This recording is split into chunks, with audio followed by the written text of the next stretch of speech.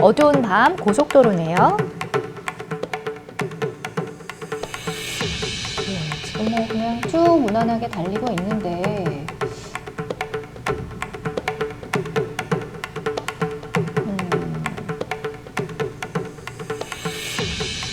이제 긴장되기 시작해요. 이제 곧 사고가 날 것 같아요. 아이고. 좌회전 차량 차선이 갑자기 생겨나면서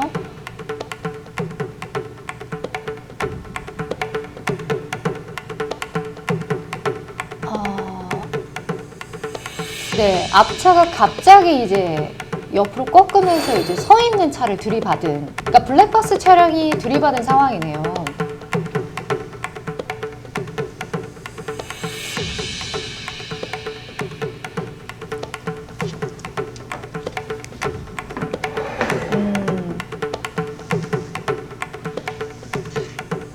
지금 근데 이 관건은 파란불이었는데 지금 봉고차가 앞에 차량이 상대 차량이 정차를 하고 있단 말이죠.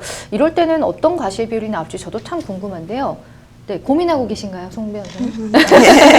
어렵네요. 어려워요. 네. 저만 어려운 게 아니었네요. 네. 역시 사람 보는 눈 다 똑같아요.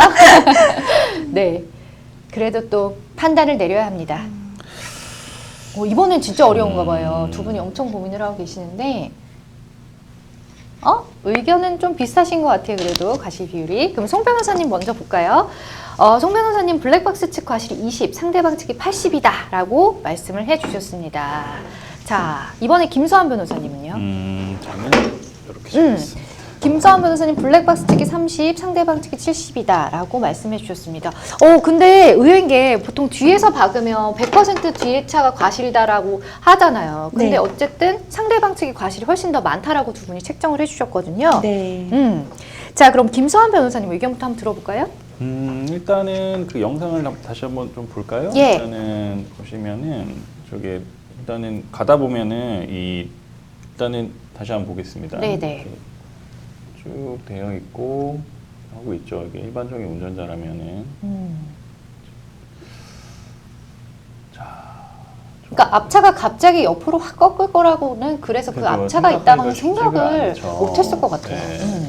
그리고 지금 분명히 녹색 신호란 말이죠. 그렇죠. 예. 아이고, 근데 녹색 신호인데 지금 저 차는 정차를 하고 있어요. 네. 예. 이런 면을 보면 예. 사실 블랙박스 30도 저는 사실 좀 많이 잡은 거긴 한데 억울한 예, 입장이다. 그러니까 이제 후방에서 물론 약간 이 지금 보면 안전거리는 예. 좀 안 지킨 조금 것 이제, 같아요. 가깝다. 예, 그러니까 이제 예. 앞차와의 안전거리를 지켰으면 이런 일은 발생하지는 않았을 것 같은데 그런데 그럼에도 불구하고 지금 저 차가 그 앞에 있는 차가 그러니까 서 있잖아요. 왜 서 녹색 신호. 있을까요? 왜 서 있을까요? 깜빡이도 안 켜고. 예, 예. 그러니까는 지금 분명히 직진 차선인 것 같고요. 그렇죠. 좌회전 차선 아니었죠. 예, 근데 그러다 보니까 저런 상황에서 사실 확 빠졌을 때 인식하기는 쉽지 않을 것 같아요. 그러니까요. 예, 근데 물론 그 부분이 있어요. 그러니까는 앞차와의 안전거리를 지켰다면 앞차가 빠졌을 때 차가 보이긴 보였겠지. 하겠죠. 맞아. 근데 그게 안전거리를 유지하려고 하는 법의 취지는 아니에요. 사실. 그거는 앞차랑 충돌을 방지하기 위해서 예. 있는 거지. 뭐 앞에 차가 비껴났을 때 그 앞에 차 뭐 발견하라고 있는 그런 어떤 규범의 보호 목적은 아니거든요.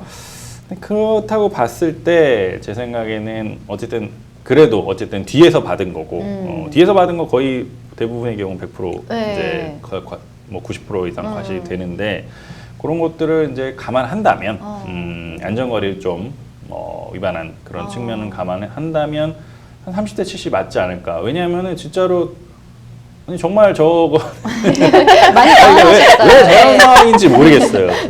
왜 제가 잘못 봤나요? 잘된 차선 아니죠? 아니에요. 네. 네. 저도 너무 궁금한 게 저분한테 묻고 싶어요. 도대체 왜 서 계셨는지. 왜 저기서 저기가 좌회전 차선이라고 믿고 지금 그죠? 이게 직진 차선이죠. 분명히 직진 차선. 기다렸나? 그럼 좌회전 차선 받으려고? 그러니까 저희가 분명히 예. 직진 차선인데 직좌인 줄 알고 그냥 기다렸나 봐요. 그 전에 이제 직좌가 나오긴 하거든요. 여기 보면 차 착각을 했을 수도 예, 있다. 요 표시에서 여기서 직좌가 나오고, 그죠? 예. 직좌가 나오고. 그러네요. 예, 그러니까는 그냥 요거 그 다음에 별 생각 안 하고.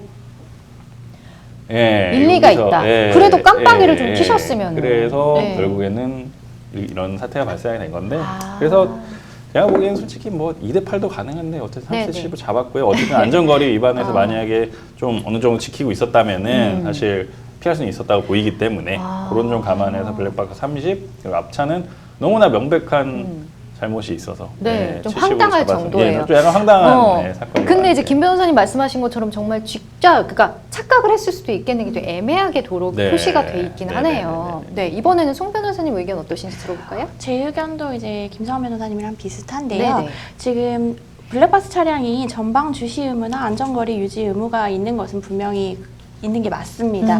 그런데 지금 파란불일 경우에 앞차가 저렇게 정차해 있을 것이라고 예측하는 것은 사실 가능한 범위에 들어오지 않고 그렇죠. 그 차가 설사 지금 사고가 나서 그렇게 서 있다고 하더라도 사고에 대한 조치를 할 의무가 있거든요. 그럼요. 예, 그런 부분들을 지금 미조치했기 때문에 네. 지금 뒤에서 박았다고 하더라도 이 부분은 블랙박스 차량보다는 정차된 차량의 책임이 더 클 것 같고요.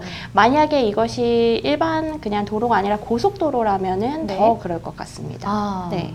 그렇죠. 저는 정말 그 블랙박스 차량에 약간 제가 빙의를 해가지고 네. 이렇게 생각해 보면 되게 황당하고 네. 억울한 경우일 것 같아요. 뭐 너무 20이든 황당하죠. 30이라도 네. 나에게 과실이 떨어지는 것 네. 자체가 네. 저거는 좀 피할 수 없는 사고였지 않을까. 네, 네. 이런 네. 생각이 듭니다.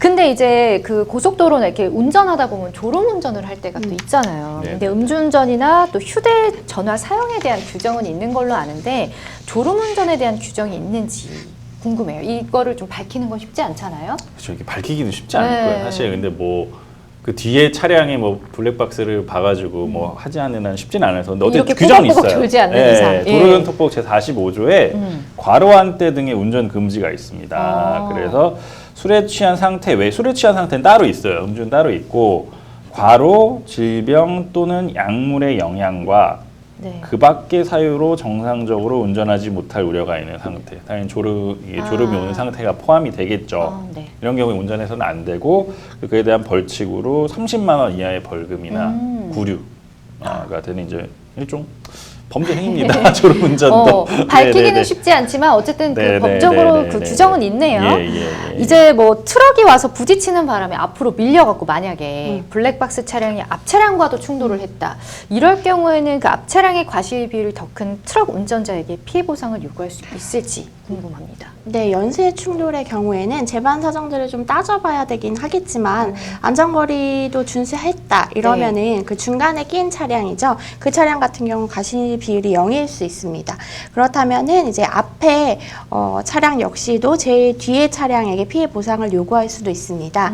다만 이런 연쇄 충돌 경우 외에 또 선행 사고가 있는데 후행에 2차로 사고가 발생한 경우에는 후행 차량도 공동 불법 행위의 책임이 있기도 하기 때문에 상황을 좀 잘 따져봐야 됩니다. 그렇군요. 이 블랙박스 바로 앞 차량이 굉장히 좀 약삭빠르게 잘 대피를 하신 것 같아요. 그분이 어떻게 보면 사고가 날 수도 있었는데 네네. 이런 걸 보면은 정말 다시 한번 안전거리 유지 잘하는 게 얼마나 중요한 것인지에 대해서 좀 깨닫게 되네요. 여러분은 지금 생방송 법률상담과 함께하고 계십니다.